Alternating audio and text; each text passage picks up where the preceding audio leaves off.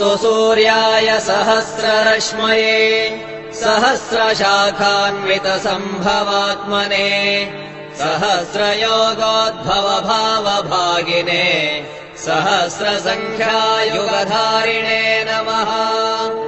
यन्मण्डलम् दीप्तिकरम् विशालम् रत्नप्रभम् तीव्रमनादिरूपम् दारिद्र्यदुःखक्षयकारणम् च पुनातु माम् तत्सवितुर्वरेण्यम्। यन्मण्डलम् देवगणैः सुपूजितम् विप्रैः स्तुतम् भावनमुक्तिकोविदम् तम् देवदेवम् प्रणमामि सूर्यम् पुनातु माम् तत्सवितुर्वरेण्यम्। यन्मण्डलम् ज्ञानघनम् त्वगम्यम् त्रैलोक्यपूज्यम् त्रिगुणात्मरूपम् समस्ततेजोमयदिव्यरूपम् पुनातु माम् तत्सवितुर्वरेण्यम्। यन्मण्डलम् गूढमतिप्रबोधम् धर्मस्य वृद्धिम् कुरुते जनानाम् यत्सर्वपापक्षयकारणम् च पुनातु माम् तत्सवितुर्वरेण्यम्। यन्मण्डलम् व्याधिविनाशरक्षम् यर्ग्यजुःसामसु सम्प्रगीतम् प्रकाशितम् येन च भूर्भुवः स्वः पुनातु माम् तत्सवितुर्वरेण्यम्।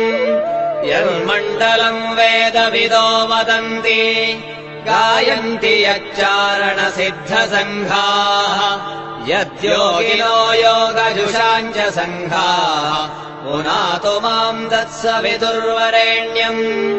यन्मण्डलम् सर्वजनैश्च पूजितम् ज्योतिश्च कुर्यादिहमर्त्यलोके यत्कालकालाद्यमनादिरूपम् पुनातु माम् तत्सवितुर्वरेण्यम्।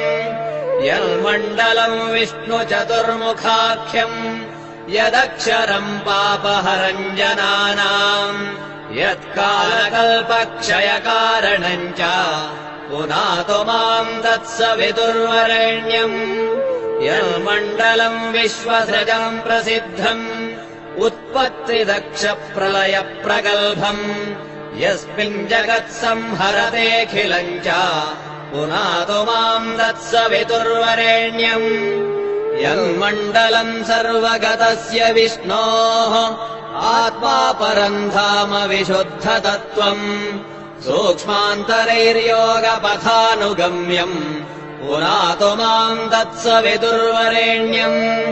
यन्मण्डलम् वेदविदोपगीतम् यद्योगिनाम् योगपथानुगम्यम् तत्सर्ववेद्यम् प्रणमामि सूर्यम् पुनातु माम् तत्सवितुर्वरेण्यम्।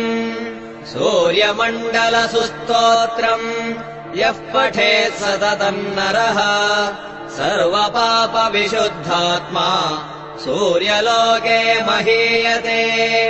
इति श्रीभविष्योत्तरपुराणे श्रीकृष्णार्जुनसंवादे सूर्यमण्डलस्तोत्रम्